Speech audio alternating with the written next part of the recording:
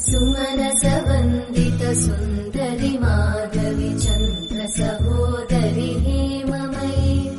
मुनिगणवन्दित मोक्षप्रदायिनि मञ्जुळभाषिणि वेदनुते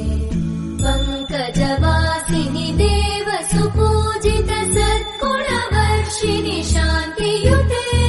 जय जय हे मधुसूदन कामिनि आदिलक्ष्मि जय पालय माम्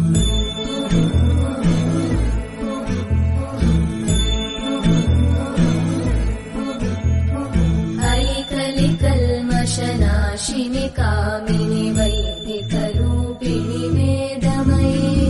क्षीरसमुद्भव